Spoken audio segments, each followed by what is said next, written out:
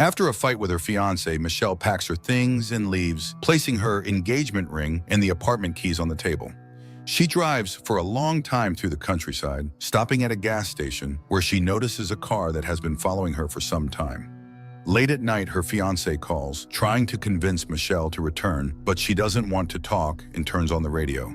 She hears a news report about widespread power outages. Distracted, she gets into an accident. The car flips over several times, crashing onto the roadside, and Michelle loses consciousness. Sometime later, she wakes up in a concrete room. An IV is connected to her arm, and her leg is bandaged and restrained with metal chains. Her belongings are piled in the corner of the room. Using the IV stand, Michelle reaches her phone, but there's no signal. Then she hears footsteps, and the door opens, revealing a large man who places a tray of food in front of her.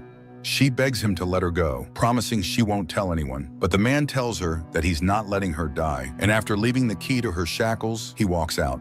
Michelle frees herself, gets dressed, and sharpens the end of a crutch, preparing to fight for her freedom. But the man is gone, so she sets a piece of clothing on fire and pushes it into the ventilation duct.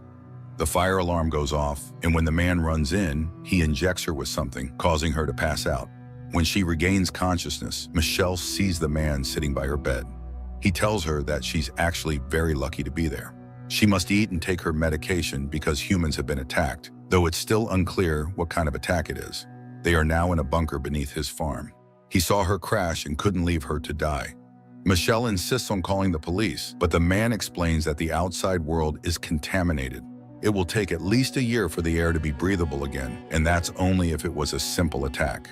If it were something like Martians, humanity might be doomed. Michelle asks to contact her family, but the man assures her that everyone left on the surface is dead. As Michelle tries to process what she's heard, there's a loud noise from the next room. The man leaves, leaving the door open, and shouts at someone, then returns and angrily reminds her that she should be grateful to him for saving her life. Before he leaves, he introduces himself as Howard. The next morning, Michelle is awakened by a sound coming from the surface and sees the door open. She walks out and wakes a young man sleeping in the hallway. He tries to reassure her, but she explains that she doesn't believe Howard's lies. However, Emmett confirms that everything is indeed as Howard said. Later, Howard shows Michelle the bunker. In the center is a communal area where a special system filters the air.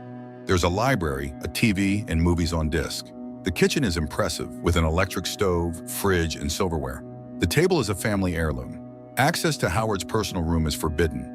Michelle has to use the toilet behind a curtain because Howard fears she might try something dangerous again, like nearly starting a fire. Also, water needs to be used sparingly. After the tour, Howard invites her to sit at the table for lunch. Michelle notices a stack of women's magazines, and Howard explains that they belong to Megan, who is no longer with them. Suddenly, Michelle hears a noise outside and guesses it might be a car passing by, but Howard assures her that it's impossible. He's tired of explaining that no one is left above, even though people thought he was crazy when he started building the bunker. He offers Michelle a chance to see for herself, leading her to a staircase. At the top, Michelle sees a door with a small window. The outside world looks unchanged at first glance, but in the pen in front of the house lie dead pigs with deep sores. Howard explains that those were his pigs, which he couldn't save. Then Michelle recognizes his car as the one that had been following her the night of the accident.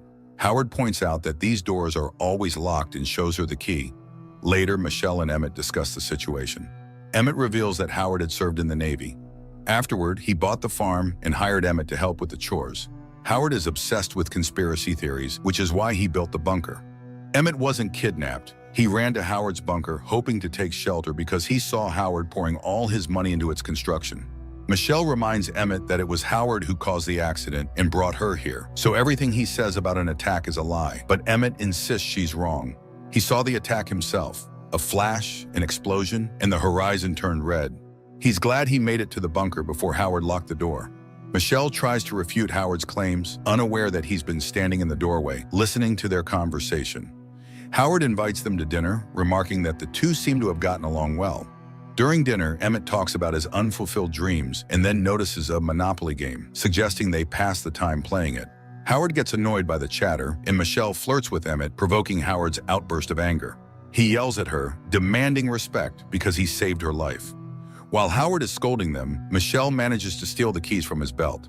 Howard notices her strange behavior and realizes the keys are missing. But before he can react, a noise from above distracts him and Michelle hits him over the head with a bottle, running for the bunker exit.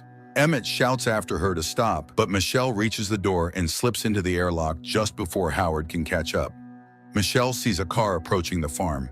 She screams, trying to get the driver's attention, but a woman suffering from a severe skin infection runs to the window, desperately begging to be let into the bunker. Howard forbids Michelle from helping the woman, saying it's too late to save her. Realizing that some sort of attack has indeed happened, Michelle returns to the bunker.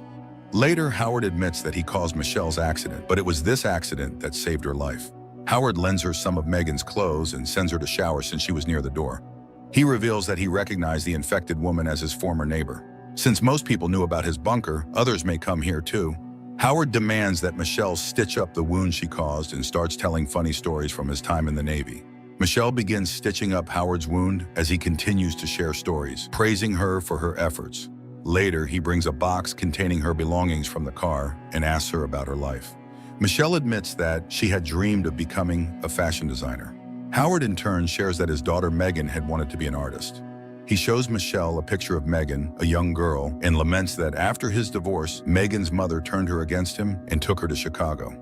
Howard expresses frustration that people don't care about their safety, but at least he tried to protect them. Later, Emmett comforts Michelle, telling her she couldn't have saved the woman outside even if they had let her in. She would have died anyway.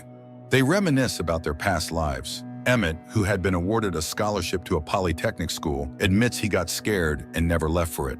Michelle, meanwhile, reveals how her father used to beat her, leaving her terrified of confrontation throughout her life. Emmett reminds her that, despite everything, they're the lucky ones. They survived. Over the next few days, the three of them begin to coexist somewhat peacefully. They play games, prepare meals together, and make small attempts to adjust to their new lives. One day, a loud noise echoes from above. Howard suggests that if it's the military, it's not Earth's military. The flashes they saw earlier were just the first phase. Now, the second phase, clearing out the territories, has begun, likely by alien forces. Suddenly, the air filtration system fails. Howard asks Michelle to climb through the ventilation shaft to restart the system, as she's the only one small enough to fit. She agrees and begins crawling through the ducts. Eventually, she reaches the filtration unit and manages to restart it. But while she's there, she spots something disturbing. A message etched into the glass that reads, "Help," along with a bloody earring lying beneath a ladder. The earring looks exactly like the one Megan was wearing in the photo Howard showed her. Shaken, Michelle tells Emmett about her discovery, suspecting that Howard might have done something to Megan. Upon closer inspection, Emmett recognizes the girl in the photo, not as Megan, but as Brittany, a classmate of his sister who went missing years ago. A second photograph falls from the book, showing Howard and Brittany dressed in the same clothes that Michelle now wears, standing together in the bunker. Realizing the danger they're in, Michelle and Emmett decide to plan an escape. They quietly start gathering materials. Michelle cuts a makeshift biohazard suit from a shower curtain, and Emmett constructs a homemade gas mask. Their plan is to take Howard's gun, tie him up, and then one of them will go for help. One evening, while playing a game of charades, they almost give themselves away when Howard starts suspecting that something is off. A few days later, Howard calls them into a room and shows them a barrel of hydrochloric acid, which he claims is for waste disposal. He then accuses them of plotting against him, revealing the tools they had hidden for their escape. Furious, Howard dissolves the tools in the acid as Michelle and Emmett look on, horrified. Trying to protect Michelle, Emmett takes the blame for the attempted escape, admitting that he used the tools to try and make a weapon. Howard, seemingly accepting Emmett's apology, coldly shoots and kills him. Shocked and heartbroken, Michelle watches as Howard calmly reassures her, promising that no one will ever harm her again. He begins taking care of her, offering her ice cream and talking about how they'll create a happy life together in the bunker. Determined to escape, Michelle rushes to finish her biohazard suit while mourning Emmett. But one night, Howard discovers the suit hidden among her belongings. Michelle manages to slip past him, but Howard catches up, scolding her for her ingratitude. In a desperate move, Michelle knocks over the barrel of acid onto Howard, causing a fire to break out in the bunker. She grabs her biohazard suit as the severely injured Howard tries to attack her, but she traps him under a heavy shelf and makes her way to the exit. By now, the bunker is engulfed in flames. With the fire spreading, Michelle crawls through the ventilation shaft, dodging Howard's attempts to stab her through the vent grates. She reaches the air filtration room and quickly dons her biohazard suit. Using a can of nitrogen, she freezes and breaks the lock on the outer door, finally escaping the bunker. Outside, Michelle heads toward a car, but tears her suit in the process.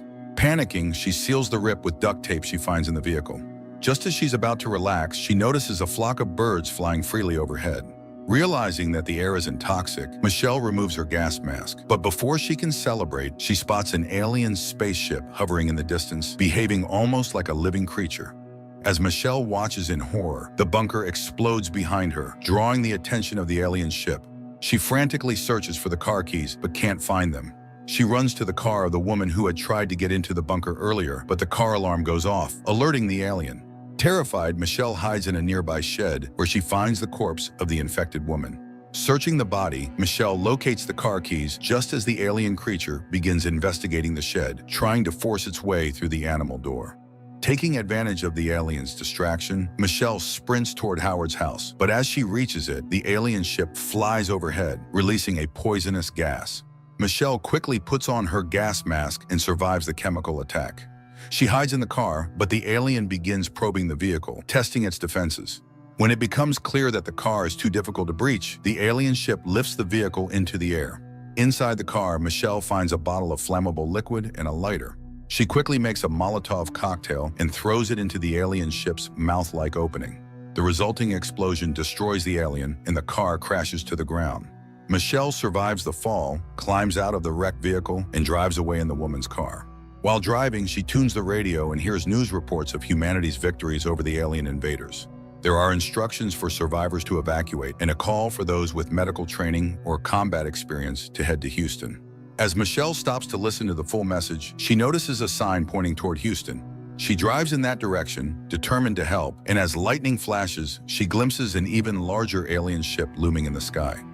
The film may not be a masterpiece, but the team's skillful execution is undeniable. The script draws you in gradually, raising unsettling questions about who can truly be trusted